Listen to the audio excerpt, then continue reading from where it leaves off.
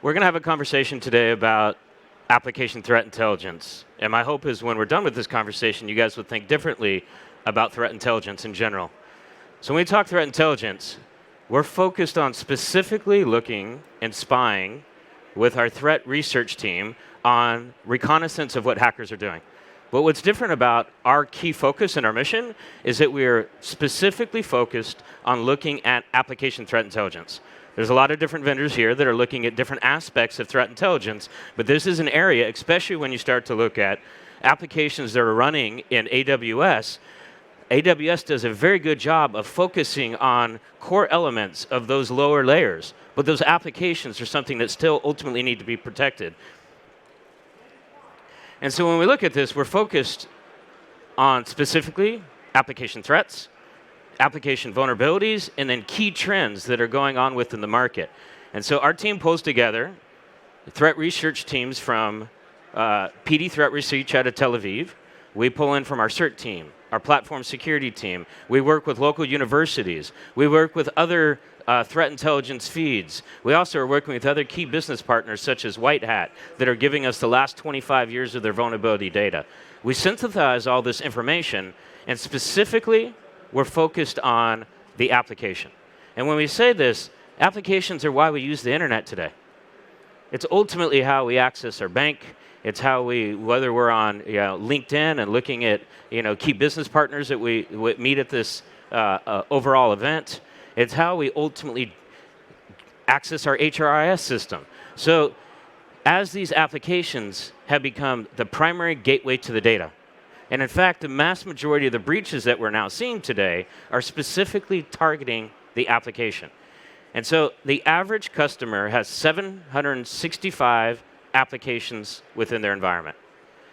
And of those 765, 33% of them are critical applications.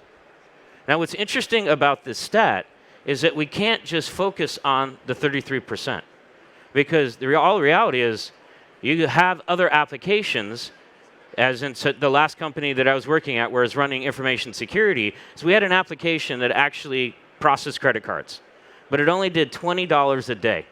But it happened to be in the CDE environment, and it wasn't being protected at the same level to the application that was generating 90% of revenue for our company.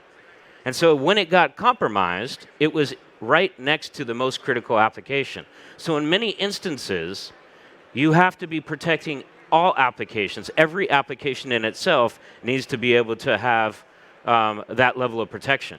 The other thing is, today, I started my career in the Air Force Air Force Information Warfare Center, and we were studying the top 10 information warfare threats to the United States. And what's interesting is back then, we would put a device on the internet, and it would take, in the late 90s, it would take 2 whole days before a device was discovered. Today, it takes literally less than 6 minutes for not only for it to be discovered, but for it to actually be exploited. Our team does a lot of research around IoT devices. We found an IoT device recently that had 34 different threat actors, because it hadn't just been compromised by one individual. It was being leveraged by 34 different individuals for all kinds of different, whether it was crypto mining, or whether it was being used to launch malware, or whether it was being used to launch a bot as part of a bot network. It had 34 different actors on it. But when we also start to expand and we look at financial institutions, they have over 1,100 applications. And if we look at healthcare, 770 applications, or public sector, 680. But even if you're a smaller company and you only have 50 or 100 applications, it's critically important that all of these applications are ultimately protected. Now, when we talk application threat intelligence, I think it's also important to take a step back and say, what is an application? When I first started doing application security, my first job was in the late 90s, working for a company called Concur Technologies, when we were essentially still sending our application out in a shrink-wrap box. And it was installed in a data center. And that's why at the time, application security was thought about as the SDLC. But today, when we take a step back, applications are all internet-based applications today. We can't just secure that top layer in the software development lifecycle. Rather, we need to be focused on the entire application stack. And so looking at whether we're talking about the client and the actual threats and vulnerabilities that are associated to it, or we're talking about the actual application infrastructure itself. And we think about transport layer security and major breaches such as Heartbleed, or we start to think about the actual network and DDoS attacks that once the network's taken down, the application is no longer available. Or DNS, where we in our threat research are seeing that DNS hijacking is increasing substantially. In fact, a bank in South America just last year was compromised, and in a matter of 4 hours had over 400,000 credentials that were compromised. Because think about DNS hijacking. In that instance, it's not like a phishing attack where it's not a legitimate domain. You're actually connecting to a legitimate domain, and you would have no way to be able to identify that it was not an appropriate domain. And so when we look at these applications, that the number one attack, we've studied the last 12 years of breaches, the number one attack is HTTP. And in fact, 51% of all major breaches that have occurred are specifically targeting the application itself, especially as we move to public cloud, where that is the top target, where the network has almost been commoditized in regards to the level of protections and the different types of attacks that can now be prevented. But we also start to look and we see other types of attacks such as access. Between access and application direct attacks, 87% of all breaches are associated to these two specific categories. Now, we also, looking at the last 90 days of our threat research, we're also specifically look at all the key protocols that are now being attacked. The mass majority of these protocols are specifically associated with applications. And we also look at the different types of countries that are attacking. It's information warfare is something that now is common for every single country. Think about the US. You know, if you're a smaller country, are you going to try to have a conventional warfare with us?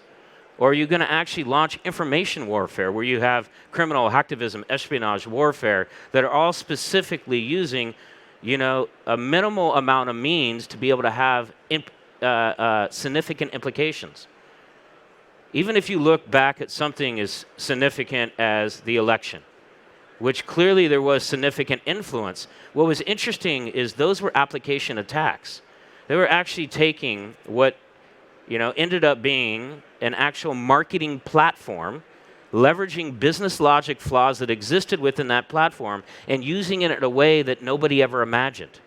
Because what's happening when we see digital transformation is we're taking traditional businesses that used to work in very manual processes that are now taking those processes and are amplifying them. And when they put them in applications, they're not even sure of what the key vulnerabilities are. So when we talk application vulnerabilities, it's not just about cross-site scripting or SQL injection. It's also about these business logic flaws that are being compromised in ways that we never anticipated, because we never anticipated these business processes actually becoming an application. And so when we also look at these access types of attacks, and we look at SSH, and we also correlate this as well to a lot of IoT type devices. If you think about the Mirai attack, the Mirai attack was default username and passwords. And when you think about IoT type devices that are being put on the internet today, every couple months there's over 1 billion devices being put on the internet. It's not taking advanced, sophisticated, common vulnerabilities that are on these devices. Rather, these IoT devices themselves are being compromised through very rudimentary means, default username and passwords, or even in some instances, no username and password at all. And so when you start to look at just the common usernames and passwords of taking a SSH brute force type of attack, you can see that it's quite easy to be able to identify some of these key usernames and passwords. Now, if we look, and we've been studying the whole entire application stack, and we produce an application threat research report. And over the last couple years, we've been doing our analysis, and why do I bring up 2017? Well, the key element here is you can see SQL injection types of attacks are still one of the most prevalent attacks that exist out there. And what's interesting about that is this is an attack that's been out for 20 years. But PHP is also has a significant percentage of the overall attacks. Now, if we start to look at 2018, what becomes very interesting about this is that we didn't see less SQL injection types of attacks. We just saw such a substantial increase in actual PHP attacks. And in fact, this is when ThinkPHP was actually published. And then after ThinkPHP was published, they were immediately starting to identify and exploit that. And PHP, if you look in the exploit database, in 2018, 68% of the entries in the exploit database are associated to PHP. PHP is part of WordPress. PHP is part of Facebook. PHP is a foundational element that exists on the internet, and it also happens to be one of the weakest application architecture components that exist out there, which is why we're seeing massive exploits. And in fact, those exploits carry over into key types of attacks that are not, when we talk about looking at 2013 and 2017, the number one attack is still injection.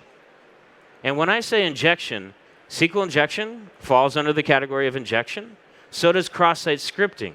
But the massive injection that we've been seeing increase in the correlation to PHP is due to Magecart and exploiting the PHP infrastructure that exists out there, and actually a key attack that is significantly on the rise that are targeting retail is form jacking. And that is what the Magecart group is actually specifically targeting. So when we think injection, we are expanding outside of just what is that SQL injection, that cross-site scripting injection, and also expanding to specifically target retail. The other key challenge that we have when we're looking at threats and vulnerabilities is that when we've talked to three-letter designators, they actually aren't even concerned about 0 days anymore, because the reality is vulnerabilities are being published at such a rapid rate that it is essentially the same window of exposure as you have with a 0 day. You can't just patch on your patch Tuesday, because your application infrastructure is seeing vulnerabilities come out every 9 hours. And so that window of exposure, knowing that we only have a matter of a couple hours before that actual application will be exploited, whether you're a direct target or not, we just know there's that many different scanners that are on the internet specifically looking for a vulnerable application, that this means that you have to be so much more proactive in being able to implement defenses that can mitigate specific types of attacks towards an application. Another view here as well is that by each industry, we've seen that, as an example, FSI, the financial industry, has invested a substantial amount of money in protecting applications. And they've done a phenomenal job. And in all reality, you can see that if you're a financial institution, you're a malicious entity of what I would say is, chew on this, criminal hacktivism, espionage, and warfare, that you're not going to go after a bank and their application infrastructure because they've got stronger defenses there. It's why you're going to specifically go after something more like a phishing types of attack, where you can be much more effective.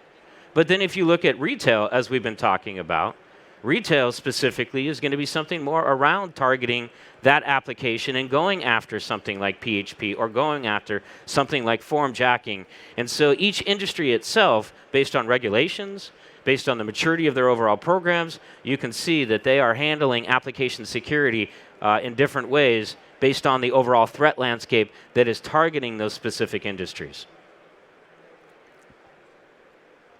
Now, another area here I just talked to a customer recently that had 4,000 applications, but they actually had 20,000 connectors into those applications. This is almost a forgotten science. We are exposing APIs, and in all reality, you may have a logistics company that is sending a package from point A to point B that goes through 100 different applications. And only a few of those applications are actually going to be internet exposed. The majority of those applications are going to be talking to each other through APIs. Now, APIs are being compromised in very rudimentary type exploits, brute forces, or just even simple lack of permissions on that API. An API that actually can do the majority, the APIs now, especially declarative APIs, we're exposing the majority of details of what that particular application can do, but yet we're not actually implementing the right level of security. Another key exploit that we're seeing as well is injection types of attacks that are targeting these API infrastructures. But then exposing and now looking, what we're all here to talk about today and expand and share is when we start to think about the cloud, the mass majority of the exploits that have targeted each of these particular customers that exist in the cloud are all layer 7 types of attacks. The mass majority of exploits that are now happening in the cloud are either application attacks or specifically, or application access types of attacks that are, whether that be brute forced to an application, whether that be credential stuffing, whether that be man in the middle. These attacks are substantially on the rise because attackers have realized when individuals go to the public cloud, the network security controls have been fortified, right? And so the weakest link is going to be our application infrastructure. And not only that, but we also know that the increase, as we talked about, the average customer has 765 applications, but that's increasing substantially as well. And the rate of increase of new applications only increases the overall threat landscape. It's like the other day I heard someone talking on a panel, and they were talking about the fact that, isn't it interesting that we keep adding more security, but yet we keep getting more breaches? I actually disagree with that notion. Our threat surface is expanding so exponentially that we now have over 1 billion internet applications. It's not as if we're not getting better at preventing particular types of breaches. It's the fact that there's so many more different points to be able to exploit. Because in that old school day of building out a network perimeter, we were able to talk about the king of the castle. We were able to fortify that entire infrastructure. Now the mass majority of these applications have a source of any and a destination of an application. So you can't just put a network security control in to provide prevention. You have to have layers 4 through 7. You have to be ensuring that you're securing transport layer security. You have to be securing domain name system. You have to be securing application access as a tier. You have to be securing the actual application layer types of attacks because the level of sophistication that we built out all exist in those upper stacks now. All the technology innovation that we are doing are all based on supporting much more complicated applications where we're migrating very sophisticated business logic and we're expecting applications to take that on, which means that we require much more sophistication in what those applications can do. Like when I was in college, anybody can create a website. Anyone could do HTML. Today, the level of sophistication that now exists, when you start to look at even within the browser, and all of that sophistication all has opportunities to be exploited. So it's not as if we, as a security community, aren't doing a good job. It's the fact that we now have a threat surface that is so much more expansive, and the traditional controls that we've been implementing for 20 years have more or less been commoditized, and we now need to be able to focus and raise that overall control framework specifically around the key areas that are being targeted. Think about every major breach that has occurred, whether it's social security numbers or whether it actually is personally identifiable information. It's all happening through applications. The notoriety that we all hear about is all about the data. But the reality is, it's in some instances very rudimentary, even CVE-type vulnerabilities, and not more sophisticated application types of attacks. And then we also, phishing. Phishing is something we traditionally think is more of a male type of attack. But now phishing is all, the success of phishing is all happening through malicious links. And in addition, when you start to think about these malicious links, we also have to start to look at the fact that 93% of phishing domains actually are now using HTTPS. So something that we've designed to help us become more secure is actually preventing us from even seeing these new threats that are specifically targeting our applications. And then if we start to look and we expand on how big of a problem this encryption is, 70% in the latest research that we're doing now, because we actually have created scanners, and we're coming out with the latest TLS report. We have assessed all TLS implementations from a global footprint, and then we fingerprint specifically the type of TLS implementation that exists out there. Our latest research is showing that we believe that this is actually going to climb closer in 2020 to 80%, and in another 5 to 10 years, we're going to be talking about an internet that is fully encrypted, which means that we have to think differently about how we are going to start seeing these overall encrypted threats and addressing them. The other thing here is, not only do we talk about phishing attacks using HTTP, but malware, 68% of the times, malware is also leveraging that very same encryption to ensure that those encrypted threats get through our overall control defenses. Now, our team hired Ponyman to do threat research, to do a global survey. And this is an interesting stat that I always like to mention, where in assessing the over 500 security professionals that we surveyed across the globe, we identified that ultimately 20% of employees would sell their password, but more importantly, 10% of them would do it for less than $1,000. Now, of course, we know there's additional controls being put in place, such as multi-factor, but multi-factor has not been put in front of all of our applications, which is a key reason. And there are also ways to circumvent some of those application access controls. And so we are down to the last 5 minutes. I actually was told that we can open up the floor for any Q&A. As I said, F5 Labs, I encourage you guys all to check out F5 Labs Threat Research. It's free to everybody. We do not promote any products. Clearly, we work for F5. We have application security protection, but F5 Labs is agnostic threat research on transport layer security, on DNS, on application layer types of attacks. And so I open up the floor for any questions specifically around the application threat research that we do. Let me see if there's any questions. And if you just raise your hand, I can bring the microphone so everybody can hear the questions. That'd be great. Anyone? Questions going once, questions going twice. Preston, I think you've answered every question, apparently. Well, everyone, we appreciate you guys taking the time to come over and learn more about F5 Labs and our threat research that we do.